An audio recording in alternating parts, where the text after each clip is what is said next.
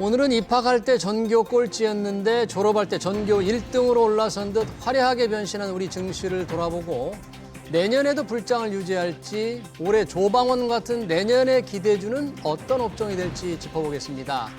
증권사 리서치센터장 출신이죠. 윤지호 경제평론가 모셨습니다. 정말 어서 오십시오. 네, 안녕하십니까. 네. 자, 우리 시장 마지막 날인데 정말 아주 대단한 상승세를 보였습니다. 올해 4,200을 뚫었는데 전반적인 최근의 장세, 한 해 장세 좀 평가 좀 해주실까요? 주가가 올해 한국이 매우 강했죠. 예. 최근 작년, 재작년 부진했던 거에 비한다면 올해 상승세가 그간의 부진을 한 번에 메우는 매우 의미 있는 한 해가 됐고요.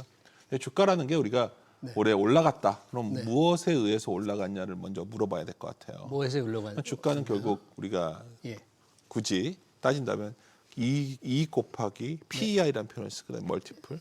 주가 EPS 수익 곱하기 비율. PER이죠. 그러면 우리가 올해 상반기에는 결국 PER이 재평가되면서 올라왔죠. 이유는 정부의 거버넌스 개혁, 상법 개정을 힘을 갖고서 한국이 이제 새롭게 평가될 거야. 그 힘으로 결국 재평가 국면이었던 거예요. 멀티플을 좀 높게 이제 줘도 되겠다. 이렇게. 그렇게 올라왔지만 결국 그게 이제 4월에 이제 여러 가지 트럼프의 관세 우려도 있었지만 다 극복하고 올라왔고요. 근데 중요한 건 이제 올해 하반기죠. 하반기. 9월 이후에 심시 않게 이제 갑자기 여러 반도체 기업들의 이익이 호전된다는 소식이 나왔고 10월부터는 실제 메모리 가격까지 급등을 하면서 한 10월, 11월, 12월까지도 이런 급등세가 멈추지 않고 있어요. 중요한 지금도 거는 계속 이어지고 있는 거죠. 그렇죠. 중요한 것은 결국 이러한 급등세가 내년이나 캘린더 데이일 뿐이지 달력일 뿐이지 무슨 의미가 있겠어요. 그러니까 이 급등세가 그럼 지금 멈추게 생겼냐가 중요하겠죠. 이익 급등세가. 그렇죠. 이게 언제까지 좀 이어질까? 그러면 이제 결국 갖고 있는 재고 같은 걸 봐야 될 텐데 재고는 굉장히 1, 2주 수준밖에 없는 걸로 알려져 있고요. 반도체 칩 재고가 그렇죠. 수요업체들. 그렇죠. 그렇게 본다면 최근에 내년도 이익에 대한 기대 수준이 막 올라가고 있는 거예요. 네. 그래서 주가가 지금 계속 뛰고 있다. 그렇죠. 그러니까 주가가 왜 올라왔냐 물어보셨으니까 그런 이 올라온 이유가 앞으로도 좀 이어질 것이냐. 그게 중요하죠. 그게 제일 중요하다 본다면 그 결국 하반기에 상승을 이끌었던 기업 이익의 힘이 여전히 유효하다면 그쪽의 힘에 의해서 26년 상반기는 움직이지 않을까요? 이게 상식적인 어떤 추론이 아닐까 저는 이렇게 판단합니다. 네, 기업 이익이 그만큼 지금 뛰고 있고 그 증가세가 상반기까지 이어질 것이다. 그거에는 결국은 이익의 핵심은 반도체 기업이네요. 그러니까 예를 들어서 최근에 우리가 이제 당장 1월 초가 되면 우리가 이번 주가 지나고 나면 달력으로는 2025년, 26년이 바뀌지만 그게 얼마나 의미가 있겠습니까? 투자자 입장에서는. 중요한 거는 첫 단추를 결국 삼성전자의 실적이 나올 겁니다. 4분기 실적. 4분기 실적이. 당초 컨센서스가 애널리스트의 어떤 추정치 평균이 한 14조였는데 14조. 지금 올라와서 한 16, 17조인데 20조 이상 나올 수도 있는 거예요. 20조 이상. 그렇죠. 대단한 규모네요. 그렇죠. 삼성전자가 그 정도 나온다는 거는 하이닉스도 상당히 좋게 나오겠죠, 당연히. 하이닉스도. 근데 문제는 이제 1분기 실적이겠죠. 4월 달에 1분기 실적이 나올 텐데 얼마 전에 외국계 증권사에서 내년에 영업이익 130조 이상 나올 수 있어요. 130조. 그렇죠. 분기에? 그렇죠. 야, 분기에 30조?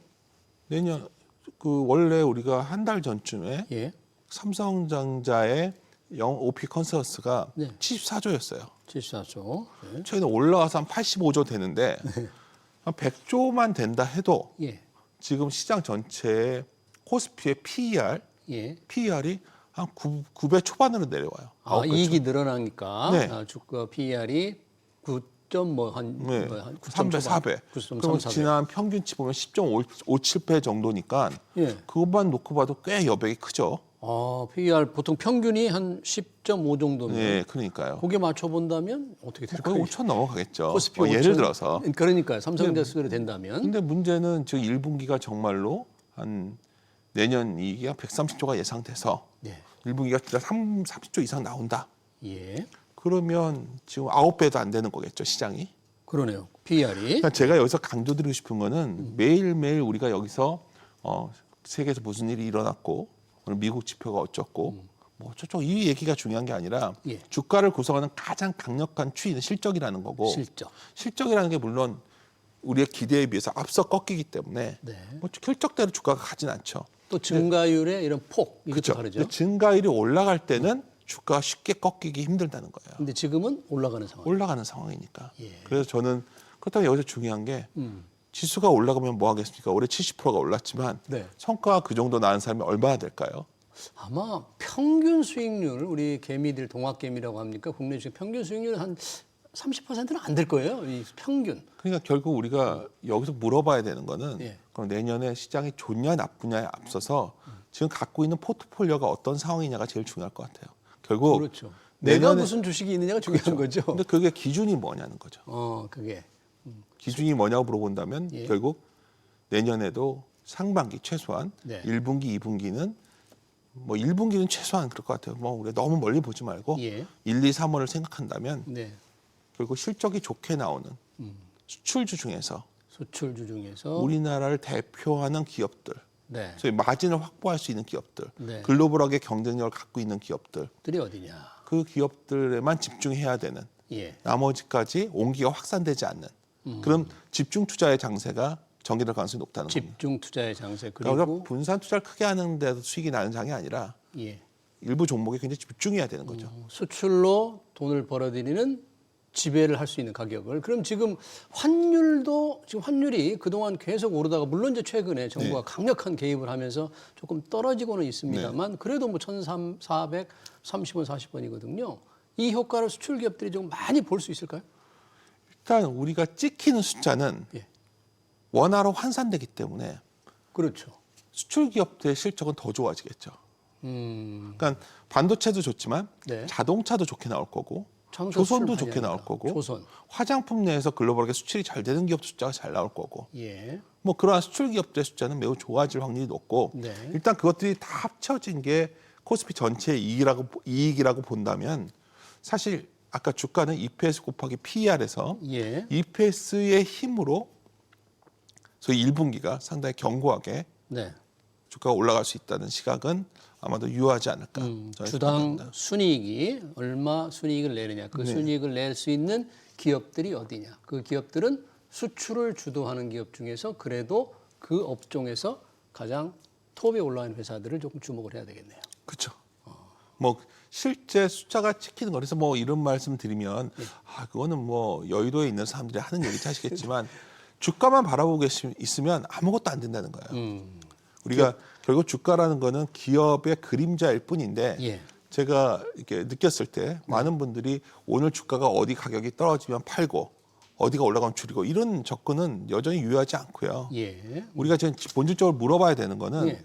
결국 이러한 기업들의 최종적인 주가의 그림자가 될 만한 어떤 가치의 방향이 좋은 것들이 무엇이냐. 그렇죠. 그게 굳건하냐. 그러면 그건 밀려도 들고 가도 되는 건데 네. 그 가치의 방향이 좀 뚜렷하지 않으면 되게 불안하죠. 대표적인 게 최근에 2차 전지 아닐까요? 2차 전지는 정말 요즘 고전하는 것 같아요. 뭐 계약이 파기되는 것도 많고요. 주가가 많이 빠졌으니까 사람들이 접근을 했겠지만 예. 결론은 전혀 비즈니스상의 변화가 없는 게 확인된 이상 굳이 이걸 들고 갈 필요가 있을까요? 뭐 예를 들어서 예. 이러한 것이 극명하게 수익의 차이를 가져올 거라는 거죠. 네. 오히려 그러한 시각에서 자신이 갖고 있는 포트폴리오에서 네. 우리가 피터 린치가 했던 유명한 말을 자주 인용해 드리는데 어떤 말인가요? 꽃을 꺾지 말고 꽃을 꺾지 말고 잡초에 물 주지 마라. 잡초에는 물을 주지 마라. 예. 그게 어쩌면 포트폴리오 운영의 가장 기본적인 원칙이거든요. 꽃이라는 것은 꽃을 피울 수 있는 기업이 뭔가 양분을 갖고서 실적을 내고 성장할 수 있는 기업은 가져가고 네. 근데 대개는 사람들은 그걸 꺾죠. 판다 그런 얘기인가요? 그렇죠. 꺾는다는 얘기는? 그렇죠. 그거는 빨리 이익을 실현하고 그러지 팔았다 다시 사고 싶어 하고 그러지 말고. 그러지 말고 아니면 자꾸 주가 안 오른 것들 이제 찾으시는데 예. 그러한 접근이 이제 한국이 이미 이제는 예. 그러한 소위 이머징 그 증시를 떠나서 선진국 증시화되고 있다면 그러한 접근은 잘 안 맞는 시대에 들어갔다. 저는 이렇게 판단하고 있습니다. 그러네요. 수익을 많이 내는 지금 주요 기업들, 특히 수출 주력 업종 중에서 최소한 1분기 우리가 짧게 본다면 뭐 2분기까지도 가능하겠습니다. 짧게 본다면 그렇게 이익이 좀 늘어날 것 같으니까 그쵸. 그게 주가 전체 코스피를 또 올릴 것이다. 그래서 PER 주가로만 따지면 배수를 따지면 이제 5천이 자연스럽게 넘어가는 거죠. 그런 정도로만 본다면. 제가 지수를 정확히 5천이다, 6천이다 모르겠지만 우리가 9월에 아무도 이 정도의 반도체 이익이 늘어날 걸 몰랐듯이 그러니까요. 네, 우리가 당시. 가장 중요한 건 이걸 매주 체크해야 된다는 거. 주가를 매주 보시지 말고 그러니까 주가만 산업 동향. 보면 그렇죠. 그죠? 산업과 기업의 동향. 그거의 방향을 많이 봐야겠죠. 그런 걸 보려면 뭘 좀 찾아봐야 됩니까? 아니 뭐 기사도 나오고요. 예. 그리고 당연히 반도체 가격도 다 디램 이스트엔진 공식 나오고 있고 가격. 뭐 에너지 자료도 열심히 보셔도 되고 에너지 보고, 네. 뭐 에너지가 이 회사를 얼마로 얘기했다. 그게 중요한 게 아니라 네. 우리가 지금 자꾸 매일매일 흔들리는 주가만 바라보고 있으면 네. 제가 보기에는 되게 마음만 괴로울 뿐이라고 봐요. 저는. 개미들이 동학개미들 많은 투자를 하고 있는데 이렇게 네. 개별 기업이라든지 산업에 대한 공부를 조금 덜 하고 뭐가 좋은 주식이다 하는 걸 듣고 투자하는 분들이 아직도 조금 있으니까 네. 기업에 대한 분석을 좀 더 철저히 할 필요가 있겠네요. 네, 그렇게 생각합니다. 산업 동향 실적. 최근에 참 환율이 굉장히 경제에 미치는 영향도 크고 주가에도 영향이 큰데 외국인 투자자들을 좀 지금 환율이 좀 정부 개입으로 뚝뚝 떨어지고 있잖아요. 네. 외국인들을 좀 되돌리는 그런 역할을 좀 하고 있을까요? 그러니까 우리가 아까 처음에 주가는 EPS 곱하기 PER이라고 말씀을 드렸는데 결국 2026년에 시장이 좀 더 탄력받으면서 올라가기 위해서는 누군가 한국 주식을 사줘야겠죠. 그렇죠. 그게 바로 PER, 멀티플의 재평가일 겁니다. 멀티플. 그럼 외국인들이 왜 안 살까 물어보면 예. 제일 중요한 게 결국 한국에 살만한 기업이 이렇게 많지는 않거든요.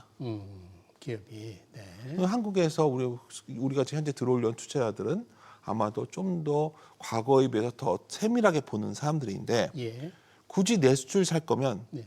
뭐 글로벌 내수 다국적 기업을 사지 한국 기업을 살 이유가 없잖아요. 네. 한국에서 살 수 있는 건 뭐 조선이라던가 네. 반도체라던가 예. 뭐 자동차라던가 아니면 독점적 지위를 갖고 있는 은행이라던가 예. 이런 굉장히 국한될 수밖에 없는 거예요. 네. 더 문제는 예. 이러한 기업들을 좀 선진국형 스타일로 재평가해야 되는데 네. 우리나라의 어떤 경제 규모는 무역도 세계 10위 안에 들어가 있고 예.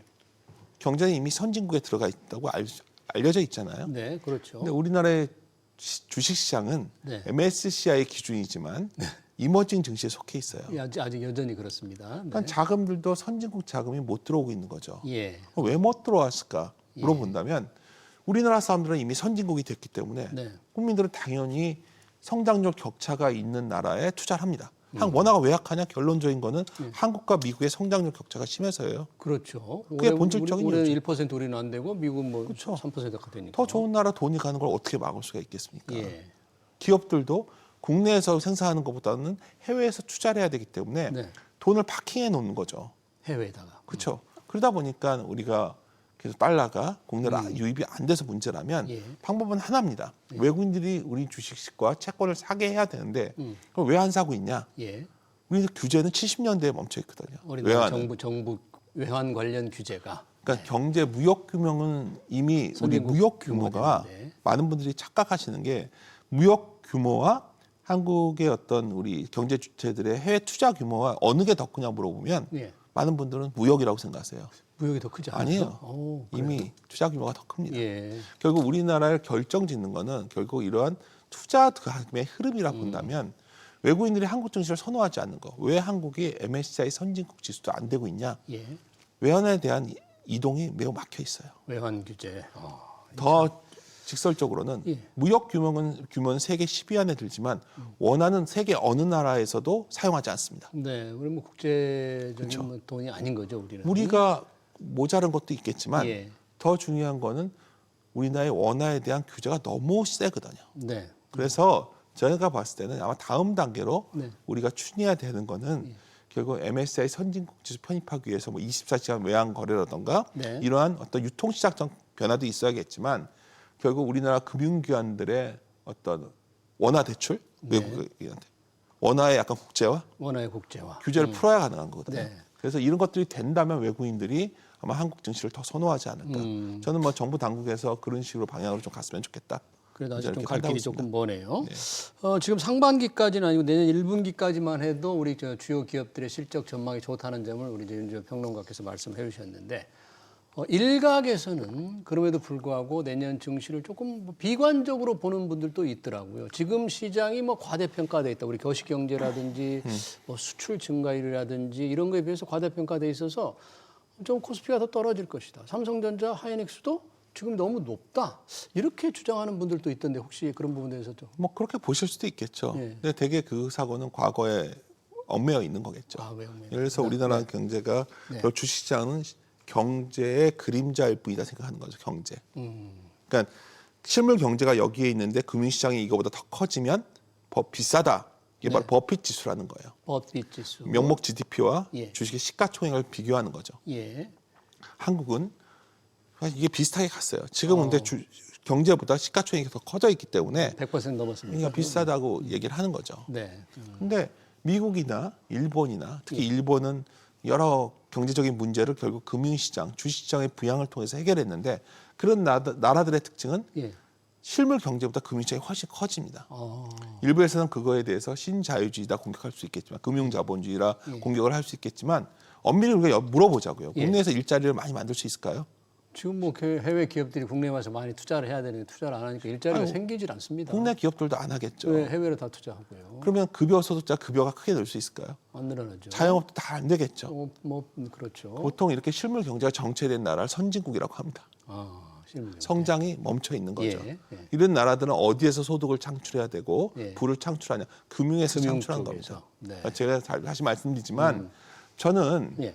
한국 증시가 도약을 하는 국면에서 경제는 커졌는데 금융이라는 옷이 너무나 적은 옷을 입고 있다. 지금 규제가 좀 많다 그런 얘기네요. 풀어져서 옷을 갈아입으면 예. 증시가 재평가가 훨씬 강화될 거라 봅니다. 일자리도 거기서 많이 생길 수 있고 그렇죠. 그리고 뭐 소비도 거기서 늘겠죠. 소비도 늘고.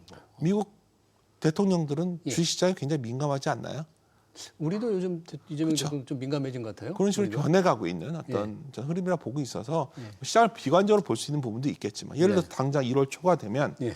트럼프의 소위 관세 전쟁 관세에 대한 대법원 판결이 나옵니다. 1월이에요. 그렇죠. 네. 어떤 분들은 이제 그게 큰 악재다도 얘기하시는 분들이 있고 그게 이제 뒤집히면 관세비 무효화시키면 대법원이 만약 그렇게 되더라도 예. 강세장 내에서도 10% 내의 조정은 항상 있을 수 있는 거예요. 네. 여기서 본질적으로 물어봐야 되는 거는 네. 그런 조정이 왔을 때 주식을 팔고 나가야 되냐 아니면 조정을 기회를 볼 거냐에 대한 판단은 예. 아까 말씀드렸지만 가치의 방향에 달려 있는 거예요. 네. 가치의 방향을 여러 가지로 얘기할 수 있겠지만 예. 지금처럼 단순하고 확실한 거는 결국 기업의 이익의 이익이다. 방향인데 아직까지는 그게 뚜렷하다는 점을 계속 그래서 네, 사회자들한테 그러니까요. 강조드리는 겁니다. 미국 시장 기왕에 말씀하시는 미국 시장 전반적인 그림은 어떤 변수로 봐야 될까요? 미국이 그러니까 지난 한 3년간 올랐기 때문에 예. 내년에 좀 쉴 수 있다. 그게 가장 말하기 쉬운 방법이겠죠. 그리고 네.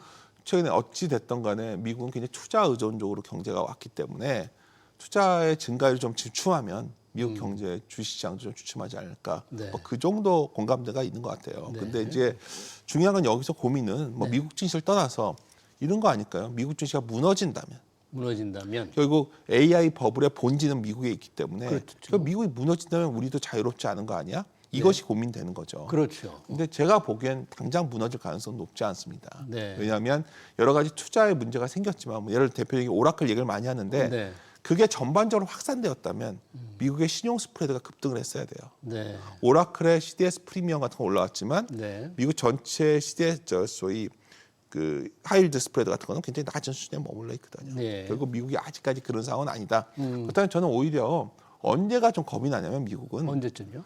미국의 대규모 IPO들이 현실화될 때.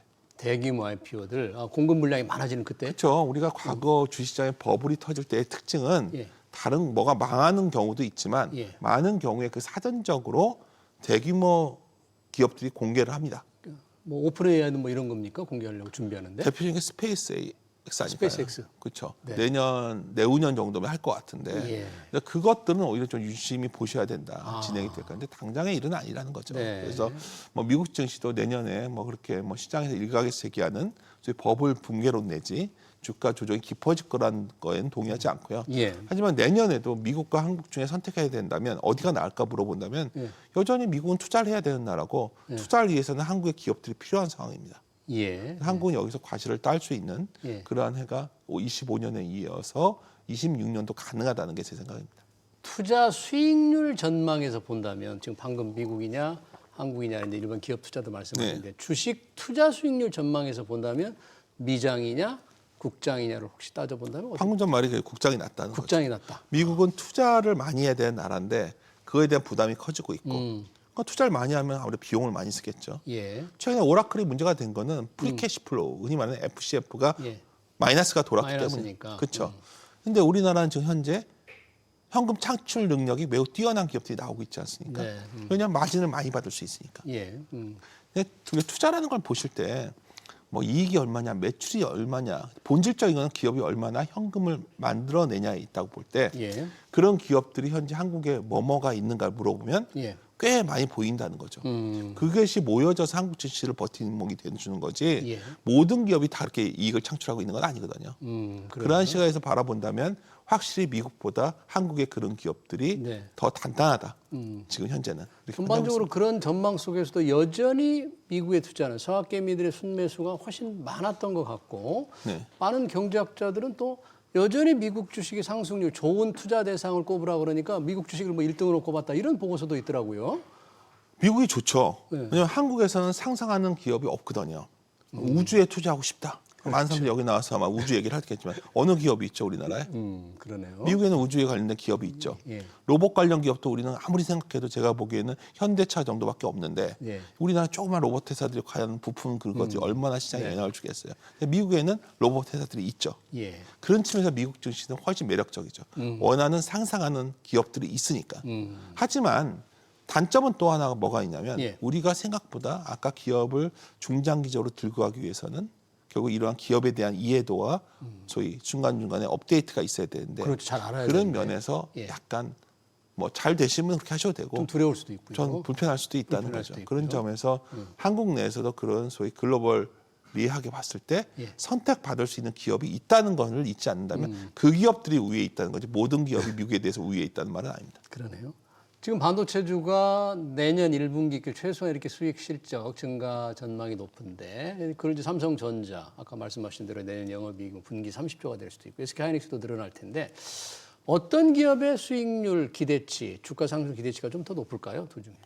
그건 각자의 선호 아닐까요? 자기가 어떻게 좋아하느냐. 뭐 하이닉스나 삼성 다 좋은 기업입니다. 예. 근데 저는 삼성전자는 파운드리 쪽에서의 변화도 좀 기대하고 있기 때문에 파운드리에서. 그러니까 우리가 투자라는 건 기본적으로 저 위험 조정 수익이라는 표현을 써요. 위험 위험 조정 대비 수익. 네. 얼마나 수익이 날 수 있냐. 네. 그럼 예를 들어서 어떤 종목이 시가총액 2천억밖에 안 되는데 네. 30%에 오릅니다. 무슨 의미가 크겠어요?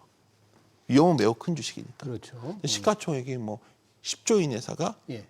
20% 수익이 모른다면 하방은 5% 제한돼 있고 예. 이런 기업이 좋은 기업 아닐까요? 그러네요. 그러니까 위험 대비 얼마나 돈을 벌 수 있냐 개념으로 접근했을 때 저는 삼성전자가 더 낫다고 보는 거지. 네. 뭐 둘의 어떤 수익률 측면에서 보면 하이닉스가 더 나을 위험 수도 대비. 있죠. 그러네요. 그렇죠. 그런 시각에서 말씀드린 거예요. 반도체 외에도 아까 이제 수출 주력 기업 몇 가지를 좀 말씀을 해주셨습니다만 분야별로 보면 올해는 이제 조선, 방산, 원전 다 아주 관심을 많이 끌었는데 반도체 외에도 좀 주목을 해야 될 걸 꼽아주신다면? 좋은 게 많죠. 예를 들어서 K자 들어가는 게 좋겠죠. 아 K. 뭐 K 뭐 그래서 삼양식품도 좋았고 다 좋았는데 저는 좀 주목하는 거는 내년에 어떻게 BTS 완전체가 복귀하니까 네. 하이브 같은 회사도 좋아질 수 있지 않을까요? 네. 화장품도 다 좋은 건 아니죠. LG생건 같은 회사는 여전히 중국 익스포저가 높으니 다 별로 잘 안 보이고 그렇죠. 반면에 APR 같은 종목은 여전히 좋은 장점이 있고 예. 현대차 그룹은 어떨까요? 아까 로봇 말씀드렸지만 예. 최근 현대 기아차 광고를 보면 아예 대놓고 로봇을 얘기해 보여줍니다. 음. 결국 한국에서 그 정도 현금을 R&D를 투자하면서 현금을 만들어낼 수 있는 기업을 찾아보면 네. 많지가 않습니다. 많지 않다. 많은 분들이 선진국 증시의 특징이 예. 모든 기업이 올라가서 미국이 저렇게 올라간 줄 알고 있는데 아니에요. 안 그렇다. 네. 선진국 증시일수록 예. 매우 소수의 기업이 주식시장을 끌고 갑니다. 예를 들면 그 동안에 뭐 M7이 끌고 가듯이. 있고, 그렇죠. 예. 미국에서도 내수에 코카콜라가 올라갔고 예. 뭐 버핏이 그걸 주목했기 때문에 예. 세계적인 투자가 된 거 아니겠어요? 네. 그러니까 저희 증시도 이제는 굉장히 업종이 움직이는 게 아니라는 걸 잊지 마십시오. 업종이 움직이는 게 아니다. 무슨 업종이 좋아진다. 그럼 업종이 이게 오르면 나머지를 산다. 이런 전략은 굉장히 제가 봤을 때는 올드한 전략이 될 것 같고 결국 업종 내에서도 가장 현금 창출 능력이 뛰어난 기업이 무엇이냐를 찾아서 그 기업에 집중되는 형태의 시장. 네. 특히 외국인 자본이 혹시 좀 더 한국 증시에 유입이 된다면 네. 그러한 성향은 더 뚜렷해질 것 같습니다. 네. 혹시 뭐 짧게 마지막으로 리스크를 아까 좀 잠깐 언급을 해주셨는데 네. 투자하다가 내년 한 해 좀 이런 위험에 좀 대비를 해야 된다 할 수 있는 게 뭐 있을까요? 그러니까 분명한 거는 아까 사회자님께서 올해 한국 증시가 75% 올렸다. 75%. 75%. 올해 같은 장은 내년에 안 따온다는 거죠. 아, 그래서 저는 가끔 내년 시장을 물어보면 예. 범피 로드라는 표현을 써요. 울퉁불퉁하다. 울퉁불퉁하다는 거는 결국 시장에서 중간중간에 어떤 일시적 조정이 나왔을 때가 어쩌면 그때를 갖다가 도망가야 될 시기가 아니라고만 생각하셔도 상당히 유용한 투자 진입의 기회를 잡을 수 있지 않을까 이렇게 판단합니다. 네, 알겠습니다. 올해 증시 전망과 내년 투자 전략 잘 들었습니다. 지금까지 윤지호 경제평론가였습니다. 평론가님 고맙습니다. 네, 감사합니다. 네.